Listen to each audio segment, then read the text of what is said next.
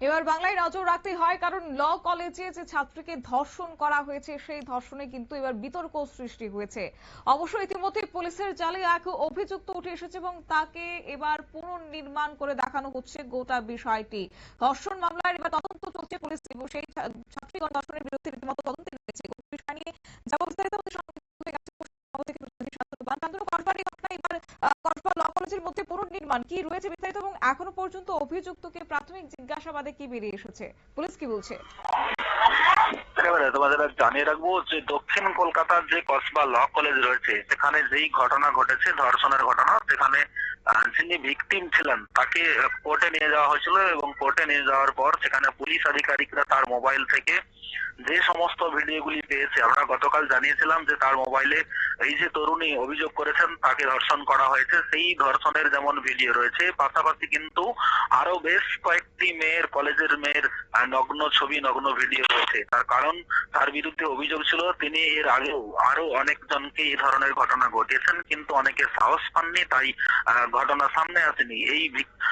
এইবার ঘটনা সামনে আসার পরে কিন্তু তার মোবাইল সিজ করা হয়েছে এবং মোবাইল থেকে অনেক মেয়ের কিন্তু ছবি পাওয়া গেছে, যার ফলে পুলিশ আধিকারিকরা মনে করেছেন যে এই ঘটনাটি কিভাবে ঘটেছিল তাকে যখন জানতে চাওয়া হয়েছে তিনি বেশ কিছুটা জিনিস এড়িয়ে যেতে চাইছেন, কার্যত মুখ বন্ধ করে রাখার সিদ্ধান্ত নিয়েছেন, এমনটাই কিন্তু পুলিশ সূত্রে জানা গিয়েছে। স্বাভাবিকভাবেই পুলিশ পুরো বিষয়টিকে জানার জন্য তাকে রাত্রিবেলা কসবা যে কলেজ রয়েছে, ল কলেজ রয়েছে, সেখানে নিয়ে যায় পুনর্নির্মাণের জন্য।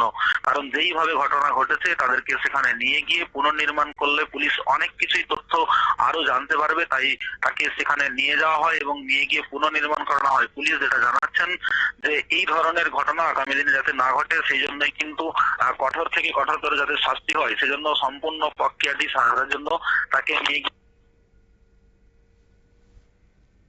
কিন্তু জাতীয় মহিলা কমিশনের যারা সদস্য তারা কিন্তু এসে কসবা কলেজের গেটের সামনে পৌঁছেছে। তারা পুরো বিষয়টি দেখে একটি রিপোর্ট দেবেন জাতীয় মানবাধিকার কমিশন এবং মহিলা কমিশনকে। সেই সঙ্গে যারা ভিকটিম তাদের পক্ষ থেকে যে লয়ার রয়েছে সেই লয়ারের সাথে যিনি মেয়ের পক্ষে লয়ার রয়েছেন তাকেও কিন্তু বারবার চাপ দেওয়া হচ্ছে, এমনটা কিন্তু কোট আনকোট সেই লয়ার সূত্রে আমরা জানতে পারছি, যদি তিনি কিন্তু এখনো পর্যন্ত ক্যামেরার সামনে মুখ খুলেননি। স্বাভাবিকভাবে প্রশ্ন উঠছে যে কলকাতার মতো জায়গায় যদি এই ধরনের ঘটনা ঘটে সেক্ষেত্রে ভিকটিমকে যদি সাপোর্ট দিতে দেখা যায়, স্বাভাবিকভাবে তো প্রশ্ন উঠবে যে তাহলে কি আদৌ সঠিক বিচার হবে, নাকি আবারও সেই আরো একটা আরজি করার মতো ঘটনা দেখতে হবে পশ্চিমবঙ্গবাসীকে। শতাব্দী। ধন্যবাদ।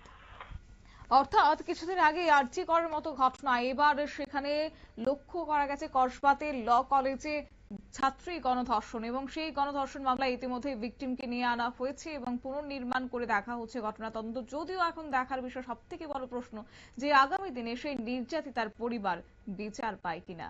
নিয়ে নিচ্ছে ছোট্ট একটি বিজ্ঞাপন বিরতির, সঙ্গে থাকুন।